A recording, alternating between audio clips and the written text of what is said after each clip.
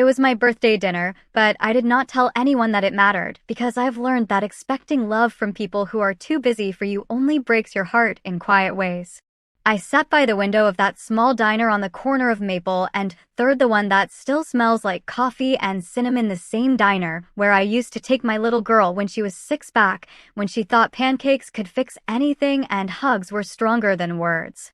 Now she is 28, lives in the city, makes more money in a week than I do in a month, and talks to me like I am someone who needs to be improved.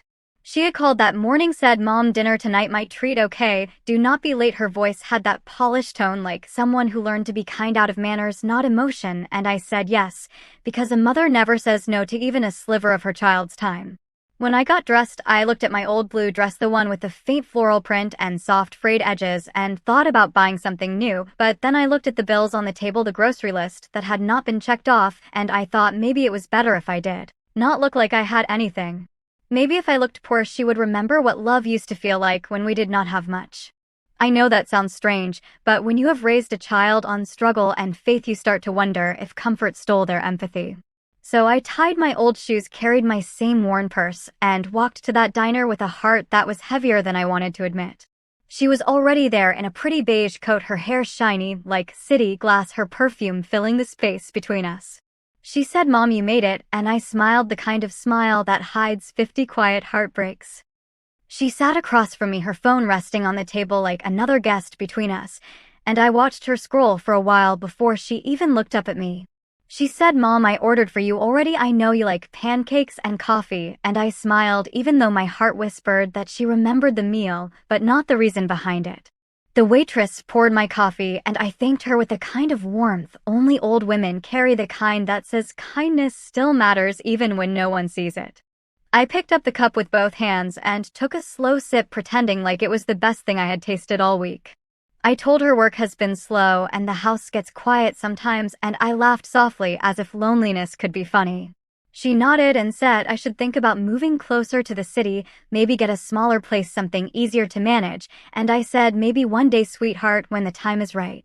But deep down I knew the truth. I was never going to leave that little house, because every corner of it still held her laughter, her drawings on the wall, her childhood echoes that kept me company when nights grew too long.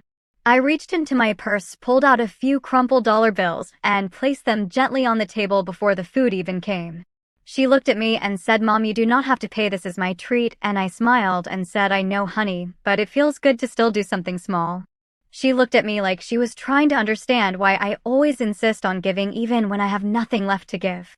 The waitress brought our food, the smell of syrup and butter filling the space between us like old comfort, and I said softly, "Would you believe this place still uses the same recipe from when you were little?"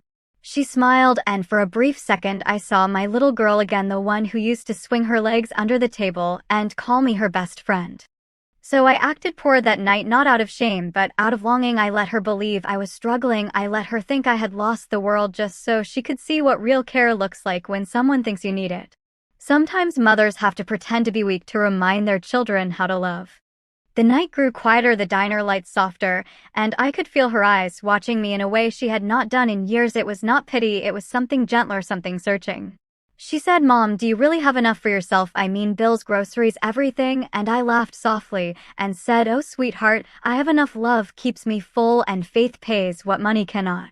But the truth was I had been stretching every dollar like it was a prayer, hoping she would never see how thin life had become since she moved away. She took a bite of her food and said, "You should have told me, Mom, you should have said something." And I said, "Baby, you were building your own life. I did not want to be a burden." She looked down at her plate, quiet and heavy, and I felt the air shift between us like time was folding itself and showing her all the nights I stayed awake just to make sure she never went to bed hungry. I reached across the table, touched her hand, and said, "Do you remember your 10th birthday when I baked that lopsided cake and told you it was the prettiest one in town?" She laughed through a tear and said, "Yes, Mom." It leaned to the side, but it tasted perfect. I said that cake was made with what was left in the pantry, and a heart that refused to give up. That same heart still beats for you. She squeezed my hand then and said, "I am sorry, Mom, for not asking, for not seeing, for thinking that love meant expensive gifts when it was really the way you looked at me every morning like I was the reason the sun rose." I smiled and said, "I never wanted your guilt, I only wanted your company." And in that moment something broke and healed at the same time. She reached into her bag, pulled out an envelope, and slid it toward me. She said, "I know you will probably refuse, but please take it. It is not money, it is a plane ticket. I want you to visit me, stay with me a while." I looked at that envelope like it was a promise wrapped in paper, and I said, "Maybe I will, baby, maybe I will." We finished our meal slowly, talking about little things, the kind of talk that does not need to mean anything to mean everything. That night when I walked back home, the streets were quiet, the wind carried the smell of rain, and my old coat fluttered like wings that had forgotten how to fly. I unlocked the door, stepped into the silence, and looked around at the little house that had kept me safe all these years. The same curtains she helped me hang, the same photo on the mantel, the one where she had missing teeth, and the brightest smile. I sat down in my old chair, the one that creaked like it had its own heartbeat, and I whispered to the walls. Tonight she saw me, maybe not all of me, but enough to remember who I was before life got too loud.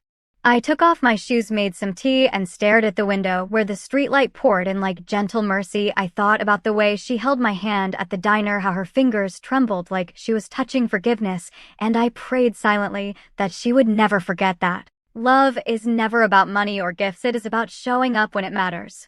The clock ticked past midnight. I smiled at the sound. It was still my birthday, but this time my heart felt lighter than it had in years. I did not need a cake or candles, I just needed that moment with her, that reminder that a mother's act, even one of pretending, can sometimes bring the truth closer than honesty ever could.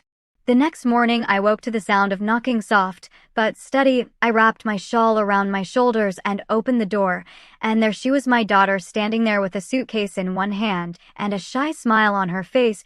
She said, "Mom, I took the day off, thought maybe we could spend it together." I made breakfast. I stared at her for a second, unsure if I was dreaming, and then I saw it, the warmth in her eyes, the same light she had as a little girl when she used to run to me after school, and I felt something break open inside me. She came and placed the suitcase by the door and went straight to the kitchen, moving around like she had never left. She said, "I brought pancake mix, the same one you used to buy," and I laughed, that quiet laugh that carries tears behind it. We ate together in silence, soft, warm silence, the kind that speaks louder than words. She said, "Mom, I realized last night that I have everything except time with you, and I do not want to lose that too." I took her hand and said, "Then stay a little longer, baby," and she nodded like the child she once was. In that moment, I knew my act had worked, not because I fooled her, but because it reminded her what love looks like when it wears simplicity. And as the morning light filled the kitchen, I whispered a thank you to the universe for giving me one more birthday that mattered. The days after that birthday felt like spring after a long winter. She stayed with me for a week, maybe more. We did not count, we just lived. I woke early every morning, made her coffee the way she liked it, strong but sweet. She laughed and said, "Mom, you still remember everything." And I said, "A mother never forgets, she just waits for someone to ask again." We sat on the porch, watched the sun climb above the maple trees, the same ones she used to climb as a child, and I thought how strange it is that time can take so much and still give you back a piece of what you lost if you wait long enough. She told me stories about her life in the city, about her job, her friends, the noise, the loneliness that hides behind success. She said, "Sometimes I eat dinner alone in a quiet apartment and think about your kitchen light." I said, "Maybe that is why you called me, maybe you were missing home before you even knew it." In the evenings we cooked together, not fancy food, just simple meals, potatoes and soup and cornbread with too much butter. And she said, "Mom, it tastes better here. I think it is the air." And I said, "No, baby, it is love that changes the flavor." Each night before bed, she hugged me tighter than the last, and I felt her heart beat against mine, and I knew she was remembering the rhythm of her childhood. On her last morning before she left, she sat beside me and said, "Mom, promise me you will never act poor again. You do not need to pretend for me to see your worth." And I smiled and said, "Maybe that act was not for me, maybe it was for you. Sometimes you have to show emptiness so someone can learn how to fill it." She cried then, soft tears that carried all the years we had missed, and I held her the way I used to when storms scared her, when the world felt too big, and I said, "Hush, baby, we are fine now, we found our way back." When she finally drove away, I stood on the porch and watched the road disappear into sunlight, and I whispered, "Thank you for coming home." Since that day, she calls every evening, sometimes just to say hi, sometimes to say I love you, and every time I answer with the same words, "I am proud of you, my girl." And when I think about that birthday dinner, the one where I acted poor, I do not feel shame, I feel grace, because that night taught both of us that love does not need wealth to be rich, it only needs presence. So, if you are a mother listening to this, remember sometimes you have to let silence speak louder than pride. And if you are a daughter, remember that no matter how far you go, your mother's heart will always find you, even across time and distance and misunderstanding. I still go to that diner. Sometimes I sit by the window and order pancakes and coffee, and when the waitress asks if I am waiting for someone, I smile and say, "No, darling, she already came home." Life feels softer now, like the world finally learned to breathe with me. I wake up each morning and thank the sun for another chance to love, for another chance to be remembered, not for what I gave, but for how I gave it. My daughter calls me every night, sometimes with laughter, sometimes with tears, and I listen the way mothers do, with the whole heart, not just with ears. She says, "Mom, you sound happier these days." And I say, "Baby, happiness is not a gift you find, it is something you remember after you have lost it and found it again in the small moments." I sit on the porch sometimes, watch the children from down the street ride their bikes, and I smile because I see her in every child who still believes their mother can fix anything. I think about how long I spent trying to be strong when all I needed was to be seen, how pretending to be poor that one night gave me something money could never buy. It gave me her back. I have learned that growing old is not about losing beauty, it is about finding peace. I have learned that love does not fade with distance, it only sleeps waiting for a reason to wake up. I have learned that a mother's silence can teach louder lessons than her words, and that sometimes letting your child see your weakness is the strongest thing you can ever do. Some nights I light a candle by the window, just one small flame, and I whisper into the dark, "May every mother who feels forgotten be remembered. May every daughter who feels too busy slow down. May every home that has grown quiet hear laughter again." And as I close my eyes, I see that diner, the corner of Maple and Third, the soft light, the coffee steam, the smile on her face when she said, "Mom, you made it," and I realized that was the moment everything changed. So if anyone asks me what I did for my birthday that year, I will tell them I acted like a poor mother and found the richest love in the world. If this is the last story I ever tell, I want it to be about love, not the kind you read about, but the kind that stays quiet in the background, holding everything together while no one is watching. I want it to be about forgiveness, that gentle kind that does not need words, just a glance and a tear and a hand reaching across a table. I want it to be about time, how it slips through our fingers when we chase the wrong things, and how it comes back when we sit still long enough to listen. I think of that night often, the birthday dinner, the old blue dress, the smell of coffee, the light on her face, and I know now it was never about acting poor, it was about remembering richness, the kind that lives in hearts, not wallets, the kind that is measured in moments, not money. Sometimes I sit in the quiet and imagine her voice calling out, "Mom, you made it," and I answer every time, "Yes, baby, I made it. And so did you. We both made it through the years, through the silence, through the miles and mistakes, and we found our way home." So if you are listening to me right now, hold your mother. If you still can call her, if you have not in a while, forgive her. If she loved you the only way she knew how, and if you are a mother, remember it is okay to be tired, it is okay to be soft, it is okay to pretend sometimes, if that is what brings love back to your door. Because in the end, all we ever want is to be seen and to be remembered, not for the things we gave, but for the hearts we kept beating when the world got too hard.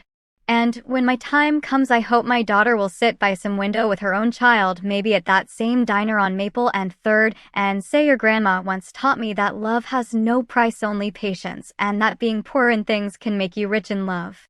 And maybe then my story will keep breathing somewhere between the sound of coffee being poured and the laughter of someone remembering that a mother's love never really ends.